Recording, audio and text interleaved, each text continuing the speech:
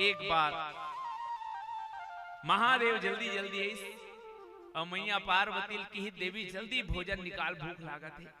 ओ किस रुकना महाराज, अभी बनाए भर हो और मोर पाठ घलो पूरा नहीं हो है। जब तक पाठ पूरा नहीं होई मैं तो भोजन नहीं दो ना, मैं भोजन नहीं करूं।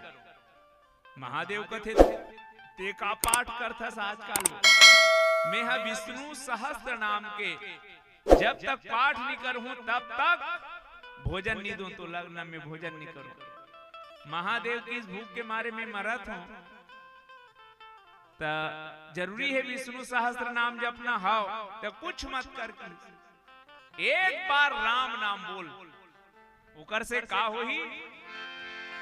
राम रामेति रामेति रमे रामे मनोरमे सहस्त्र नाम ततुल्यम राम नाम वरानने। जबका सहस्त्र नाम विष्णु के जपे में फल मिलही, उत्की एक राम नाम वरानने।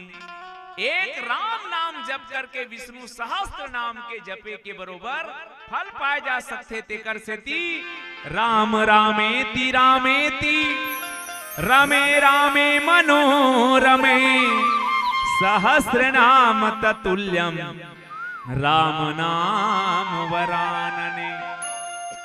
ए देवी, एक राम नाम के महिमा है कि विष्णु सहस्त्र नाम जपे के बरोबर एक राम नाम जपे के फल है।